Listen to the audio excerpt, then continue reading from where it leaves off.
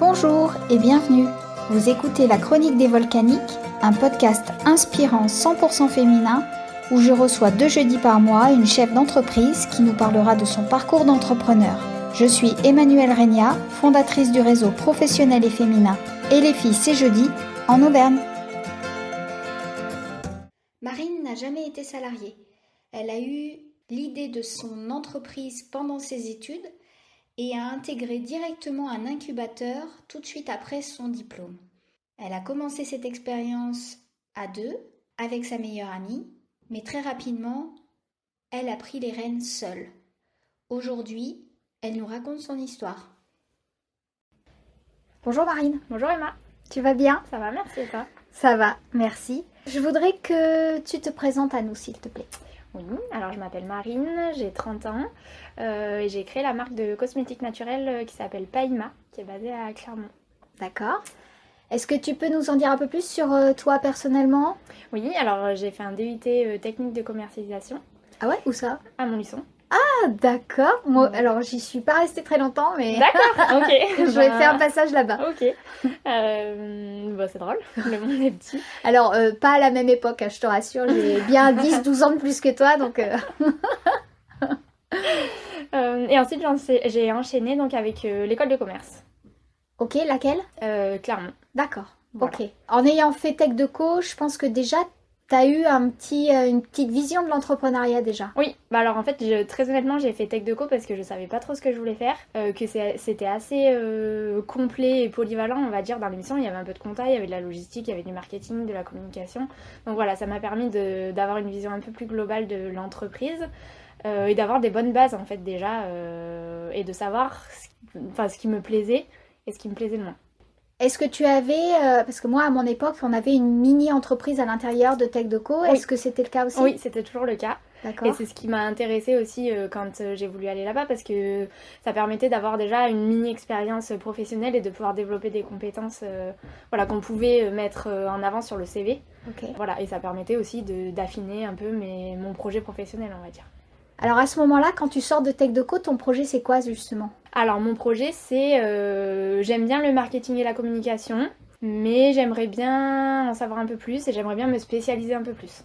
Ok. Voilà, donc c'est pour ça que j'ai fait le choix de faire l'école de commerce. D'accord. Donc la première année, ça reprenait un peu les bases de Tech Deco, bon un peu plus poussé, mais c'était quand même assez général, on va dire. Et c'est à partir de la deuxième année où là, on choisissait vraiment des options et des spécialisations. D'accord. Et c'est là que j'ai commencé à me focaliser vraiment sur le marketing et la communication. D'accord. Est-ce que tu as fait ces études en alternance ou... Oui, j'ai fait ma dernière année en alternance. Du coup, j'étais chez Baby Move, la D'accord. marque de produits de puériculture. Et j'étais assistante marketing opérationnel. Donc, c'est-à-dire que je m'occupais de toute la partie terrain, c'est-à-dire des promotions, de comment les produits sont mis en magasin, la PLV, le merchandising, voilà. Ouais, cette c'était très partie-là. vaste. Ouais. D'accord. Ok. Après cette école de commerce, est-ce que tu as une expérience salariée? Non. Pas du tout. Pas du tout. D'accord. Donc, tu te lances directement. Exactement. Ok. Est-ce que tu peux nous dire comment ça a démarré? Comment t'as eu l'idée, etc. Ouais. Alors, il y a eu plusieurs petites choses, on va dire. La première, c'est que moi, étant plus jeune, j'avais des problèmes de peau que j'arrivais pas à résoudre. Et j'ai essayé beaucoup de choses, beaucoup de produits, j'ai été voir beaucoup de dermatos, etc. J'arrivais pas à résolutionner mon problème, j'avais de l'acné. Jusqu'à ce que je trouve la routine beauté idéale, on va dire, et que je me penche du côté des cosmétiques naturels. Donc j'ai revu toute ma consommation.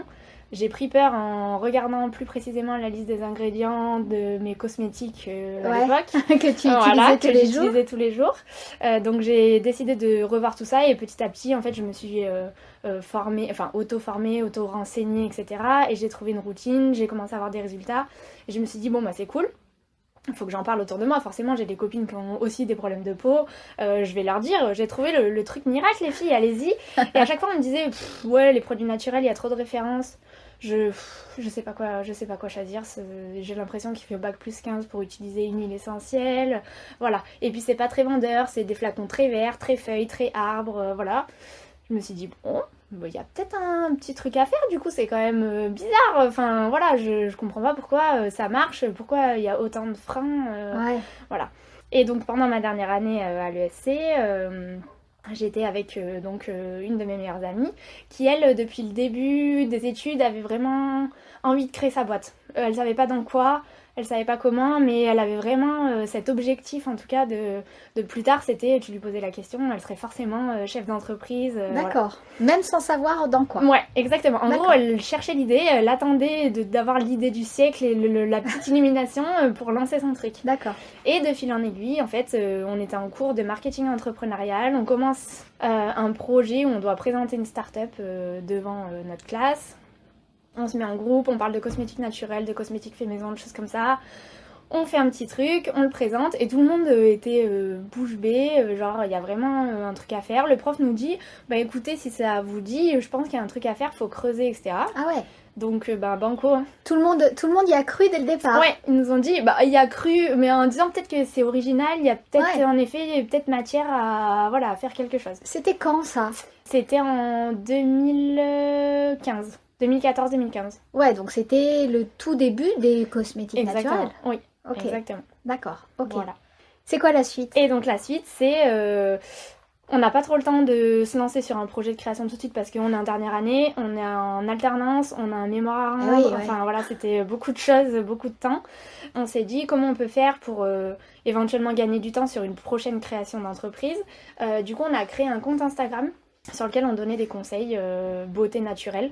La petite astuce du quotidien, des recettes de cosmétiques fait maison, des choses comme ça, pour créer une espèce de communauté et pouvoir faire notre étude de marché petit à petit, poser des questions, affiner éventuellement notre projet, parce que on s'est dit ok, il y a un truc à faire dans les cosmétiques naturels, mais on savait pas vraiment quoi, ni comment. Voilà. Donc, il s'appelait comment ce compte? C'était l'Instagram des Juliettes. D'accord. Voilà. Ok. Et on avait créé un blog du coup à côté sur lequel on mettait des recettes un peu plus poussées, des articles un peu plus complets sur le soin de la peau, des choses comme ça. Mm-hmm. Et quand on a été diplômé, donc à l'été 2015, on a intégré l'incubateur de l'ESC pour se dire ok c'est bon, on y va, on lance notre marque de on ne sait pas trop exactement quoi, mais voilà, on va trouver et on y va. Donc l'idée de base c'était de faire une box mensuelle par abonnement de création de cosmétiques fait maison. Ok. Ça existait déjà les box? Les box, oui. Ouais. Blissim, Birchbox, des choses comme ça existait. D'accord. Mais fabrication de cosmétiques fait maison, non. D'accord. Voilà. Et là, on s'est heurté à plusieurs problèmes, et notamment problèmes ou contraintes, on va dire, des contraintes réglementaires et donc budgétaires qui étaient beaucoup trop importantes. Et donc, retour à la case départ. Ouais. Non, ça sera pas possible financièrement. Donc, en gros, soit on trouve autre chose, soit on arrête. D'accord. Donc, on s'est posé et on est revenu à la base, l'idée de base. Moi, comment j'avais découvert résolu mes problèmes, découvert les cosmétiques naturels, c'était en me basant sur une routine qui s'appelle le layering, qui est une routine de démaquillage et de soins du visage en 6 étapes. Et du coup, on s'est dit forcément, c'est par ça qu'il faut commencer. Si on veut que les gens adhèrent et passent des cosmétiques conventionnels aux cosmétiques naturels, il faut faciliter au maximum cette démarche et pour moi c'était avec le layering. D'accord, ok. T'avais découvert ça sur internet et c'était... Ouais, sur internet, sur les blogs qui commençaient à en parler un petit peu. Au début, j'ai commencé à trouver des petites infos sur plutôt l'huile végétale pour le soin de la peau et après le démaquillage à l'huile. Enfin voilà, vraiment les 6 étapes qui font que tu nettoies bien ta peau et tu lui apportes bien le soin dont elle a besoin. D'accord. Et donc on a créé des kits layering. Donc à l'intérieur, on a les 6 produits pour réaliser les 6 étapes qui sont adaptés en fonction du type de peau. Alors, c'est comme ça qu'est née Païma.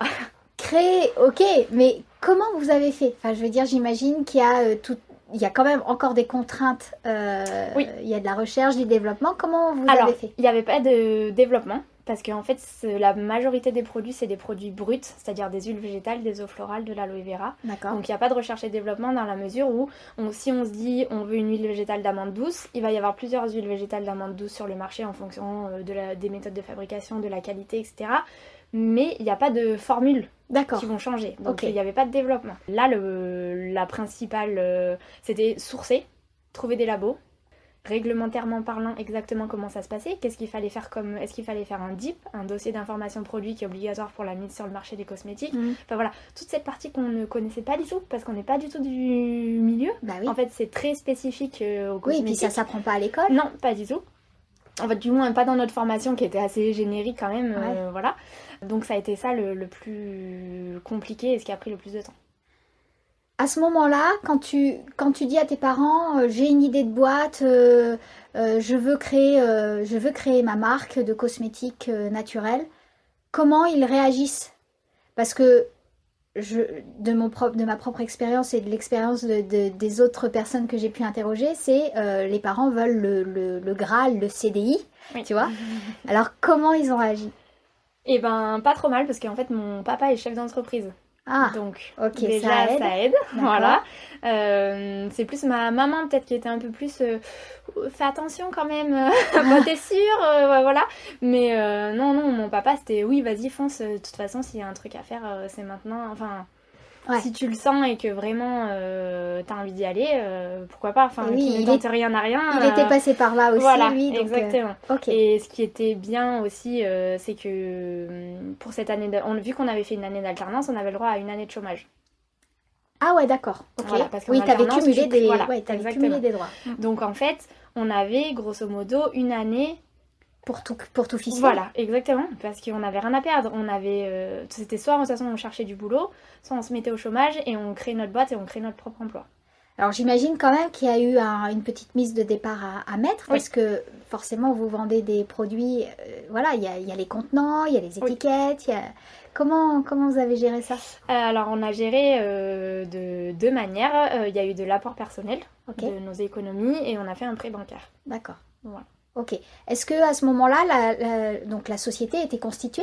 Comment, c'était quel statut? Comment vous C'était étiez associés? Oui, on était associés, c'était une SARL. Ok, d'accord. Ouais, donc vous rentrez dans le dur direct. Oui. Ouais, Ok. ouais, directement. On parle de ton associé au passé parce que je crois que tu es toute seule maintenant. Oui, exactement. L'association n'a pas duré très longtemps. C'est-à-dire qu'on a créé la société en février et au mois de septembre, j'ai repris la société seule. D'accord. Est-ce que tu peux nous dire ce qui s'est passé? Et on n'était pas du tout sur la même longueur d'onde financièrement parlant, j'ai envie de dire. Et je pense que ce qui a pêché aussi, c'est que, bon, personnellement, on était très proches. Donc les choses sont un peu peut-être moins faciles à dire que quand il y a des trucs qui vont pas. Ouais. Voilà. Et on avait exactement les mêmes compétences. Et avec du recul, je pense que c'est mieux de s'associer avec quelqu'un qui n'a pas du tout les mêmes compétences, parce qu'on voulait toutes les deux faire le marketing et la communication, et le reste, ça nous intéressait pas, alors qu'il fallait quand même le faire. Mhm. Voilà, donc on était pas complémentaires, on était très très similaires au niveau des compétences, et je pense que c'est ce qui a pêché. D'accord, ok. Voilà. Est-ce que vous avez, enfin est-ce que tu as été confronté à d'autres problématiques? Oh oui, bien sûr. Oui, je me doute bien. À des problématiques nombreuses et variées, déjà de recherche d'informations et de trouver la bonne information sur un sujet qu'on ne maîtrise pas du tout, enfin que je ne maîtrisais pas du tout, notamment la partie réglementaire, puisqu'un labo nous disait non, il n'y a pas besoin de faire le DIP et les différents tests. Il y en a un qui nous disait ah bah si, c'est obligatoire, sauf que la différence entre les deux, c'était de 25 000 € à peu près. Oui. Donc Ah oui. voilà, c'était pas négligeable. Oui. Voilà, donc on a eu du mal à trouver cette information et d'avoir quelqu'un qui nous dise vraiment il faut faire ça, c'est comme ça que ça se passe. Sur le marché des cosmétiques, il faut faire tel test, il faut rédiger tel cahier des charges. Sinon, vous n'êtes pas en conformité avec la réglementation européenne du coup. Oui. Voilà, j'ai eu cette problématique-là. Les financements, hein, très honnêtement, enfin voilà, si on n'avait pas notre prêt, on n'aurait pas lancé, on n'aurait pas pu lancer. Donc forcément, voilà, c'était une condition sine qua non. Et après, de trouver les bons fournisseurs, de trouver le laboratoire qui accepte de travailler avec nous, sachant que on s'engageait pas sur des quantités astronomiques au lancement, donc forcément, voilà. Toutes des petites choses comme ça. La création de site internet, on n'y connaissait rien du tout. On a eu des devis à 500 €, on a eu des devis à 25 000 €. Ah oui. Voilà, donc voilà, donc tu te dis celui à 500, ça me fait un peu peur du coup, parce que par rapport à celui à 25 000, c'est rien du tout, mais en même temps 25 000 € juste pour le site internet, ça fait c'est énorme. Ah ouais. Voilà. Tu avais déjà lancé ton site internet, donc oui, c'est un site internet marchand. Oui. Tu n'as pas de boutique, on est bien d'accord? Oui, on est bien d'accord, c'est un site e-commerce. D'accord, ok. Voilà.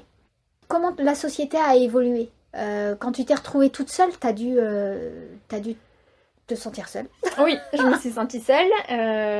Et d'un côté, je me disais, maintenant, si ça marche, c'est que c'est de mon ressort. Et si ça marche pas, c'est de ma faute. Ouais. Voilà, on peut pas remettre la faute sur quelqu'un d'autre. Ah, c'est sûr. Voilà.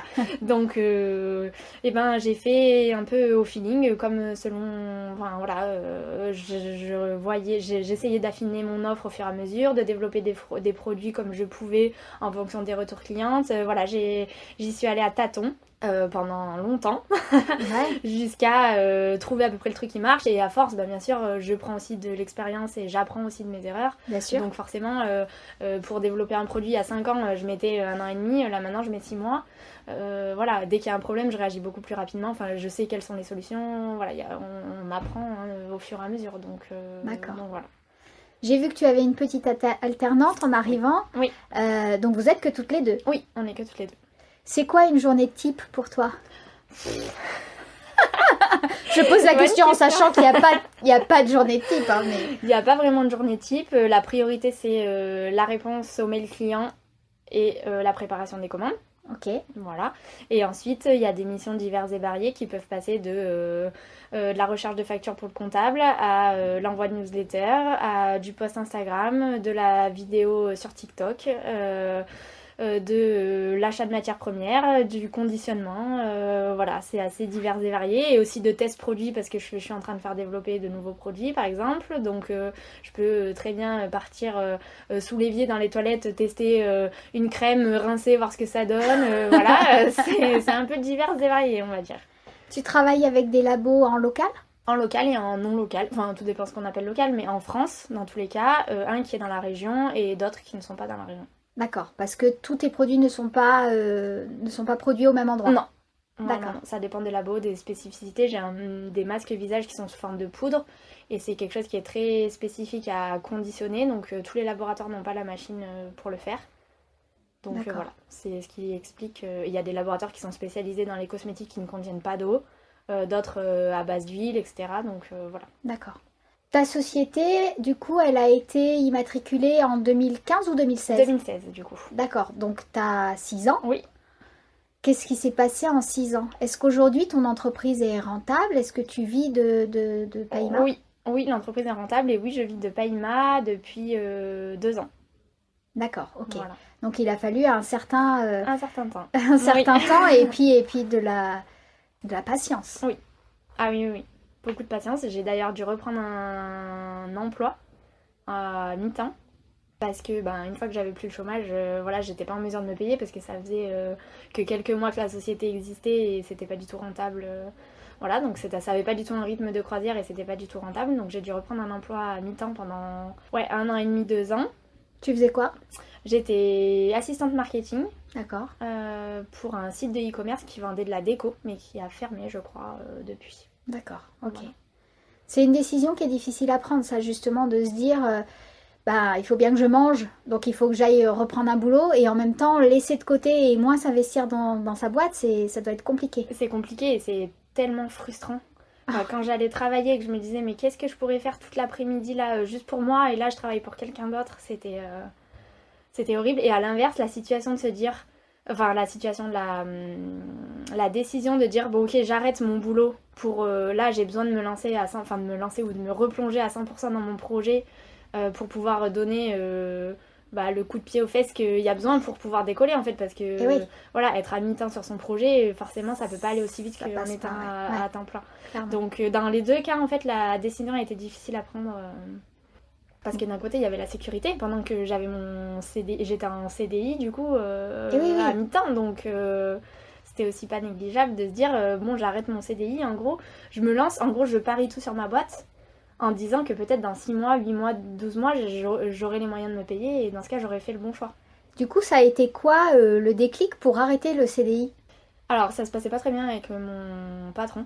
D'accord. Il y a eu un gros clash, et du coup, ça m'a décidé, et je me suis dit que j'avais rien à perdre. Voilà, parce que sinon, je pense que j'aurais pas pris la décision, aurait été d'autant plus difficile. Parce que si ça se passe bien, enfin voilà, il y a la tranquillité et la sécurité, et du coup, voilà. C'était en gros comme si j'avais recréé une deuxième fois ma boîte. Au début, on se dit, bon, je cherche pas de boulot, je mise tout dans la création de ma société. Là, j'avais retrouvé du travail, et en gros, j'ai dû refaire le chemin inverse en disant, ok, je lâche tout et je remise tout de nouveau sur ma boîte, voir si ça démarre. Ouais, tu m'étonnes. Voilà. Est-ce que pendant ce temps-là, ton entourage t'a soutenu financièrement ou pas du tout? Oui. D'accord. Okay. Oui, parce que j'ai réinjecté de l'argent plusieurs fois dans la société parce que justement pas assez d'argent, pas assez de ventes, et du coup j'avais besoin de réinjecter pour avoir assez de trésor, etc. Donc oui, mes parents m'ont beaucoup aidé. D'accord. Qu'est-ce que tu dirais à une fille qui nous écoute peut-être en ce moment et qui a envie de se lancer? De se faire confiance. Vraiment. Mais vraiment, parce qu'il y a beaucoup de gens qui ont des conseils quand tu leur dis que tu veux monter ta boîte. Peut-être que ces gens n'ont jamais monté d'entreprise, peut-être que ces gens ne connaissent pas le marché sur lequel tu veux aller, ne connaissent pas le produit ou la cible que tu veux toucher. Et du coup, les conseils sont très faciles à donner. Ouais. Mais voilà, il faut savoir faire le tri. Et moi, je me dis, si j'écoute les autres et que ça marche pas, voilà. Mais si je m'écoute, je vais regretter de pas m'être écoutée moi. Ouais. Alors que si je m'écoute moi et que ça marche pas, je pourrais m'en prendre qu'à moi-même. C'est ça. Et ça, c'est le plus important pour moi. Donc vraiment se faire confiance, prendre les conseils, hein, je dis pas d'y aller tête baissée et d'avoir des œillères, mais vraiment de prendre tous les conseils, mais de bien faire le tri, de bien réfléchir à ce que nous on a envie de véhiculer, que ce soit au niveau de l'image de marque, voilà. Je me rappelle moi au début quand j'ai fait mon logo, on m'a dit plusieurs fois, mais pourquoi tu mets pas une feuille verte? Parce que vu que c'est bio, vu que c'est naturel, bah non, justement, c'est tout l'inverse de ce que j'ai envie de... Ah bah oui, mais tous tes concurrents, ils font comme ça. Bah oui, peut-être, mais justement, j'ai pas du tout envie de faire ça. Et j'ai pas lâché, parce que franchement, on me l'a dit des tonnes de fois, j'ai pas lâché. Et aujourd'hui, on me dit, ah bah c'est rare hein, de trouver une marque de cosmétiques un peu jolie, un peu glamour, avec des beaux packaging. Bah oui, mais c'est exactement ça que je voulais véhiculer. Et du coup, c'est pour ça que je voulais pas ni de feuilles, ni d'arbres, ni de trucs verts, voilà. Donc vraiment se faire confiance, et on va douter, hein. Enfin forcément il y a des doutes, mais il faut pas perdre confiance en soi. Avec le recul, est-ce que tu ferais certaines choses différemment? Certainement, mais je suis plutôt ce genre de personne qui dit que si j'avais pas fait les erreurs que j'ai fait, j'en serais pas là aujourd'hui, donc j'ai envie de rien changer. C'est quoi l'avenir pour Paima aujourd'hui? Une gamme un peu plus importante de produits, parce que je suis focalisée sur le visage et j'aimerais bien me développer pour le corps. Ok. Et une présence un peu plus poussée en France, notamment en institut de beauté, où ça marche plutôt bien. D'accord. Voilà. T'as déjà des clients? Oui, ouais. J'ai déjà une vingtaine ou une trentaine d'instituts de beauté qui proposent mes produits en soins cabine et qui le vendent après. D'accord. Et ça marche plutôt bien. C'est hyper bien pour les clientes parce qu'elles peuvent essayer avant d'acheter. Enfin voilà, il y a vraiment tout le conseil autour. Et l'idéal, ce serait d'en avoir dans toute la France. Ok, là pour l'instant c'est qu'en local? Non, il y en a déjà partout en France. partout, enfin à plusieurs endroits en France, mais il y a des endroits où il y a pas du tout d'institut qui propose Paima, donc ça serait de remplir un petit peu la carte les de la espaces France. vides. C'est ça. Qu'est-ce que tu proposes aujourd'hui très rapidement comme produit? Donc tu parlais du layering. Oui. Donc je propose la routine de démaquillage et de soins du visage. J'ai aussi une gamme de masques en poudre, du coup, pour le visage, un gommage, une huile pour le corps, une chantilly de karité. Ah oui, j'ai vu ça. Voilà. Et des accessoires divers et variés pour le soin du visage essentiellement, et le plus naturel possible. Donc des éponges Conjac, une serviette visage en bambou, voilà, des choses comme ça. Ok. Tu es déjà venu à nos soirées. Tu avais participé en 2019, je crois, à une soirée inspiration où tu avais raconté ton parcours.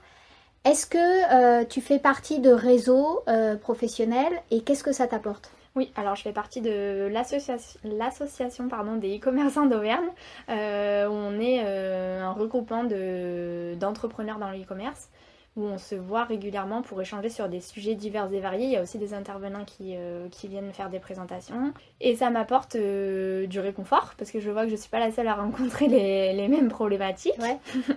Et aussi des solutions, parce que la problématique que moi j'ai eue, certains l'ont déjà eue et l'ont déjà solutionnée. Donc voilà, ça permet de gagner un peu de temps. Et c'est toujours très très intéressant de partager avec des gens qui font la même chose dans le même domaine. Pas que dans le même domaine, mais voilà, d'échanger avec des gens qui font la même chose que nous au quotidien, même si c'est pas sur le même type de produit. Oui, c'est sûr. Est-ce que tu as une dernière chose à ajouter? Faites-vous confiance, que ce soit dans l'entrepreneuriat ou pas, faites-vous confiance. Parfait, ce sera le mot de la fin. Parfait. Merci beaucoup Marine. Merci à toi. Un grand merci d'avoir écouté cet épisode. J'espère qu'il aura été pour vous inspirant. N'hésitez pas à le partager à votre entourage pour encourager dans leur projet le plus de femmes possible. Pour suivre notre actualité, rendez-vous sur etlesfillescestjeudi.com et sur les réseaux sociaux du même nom. À très vite!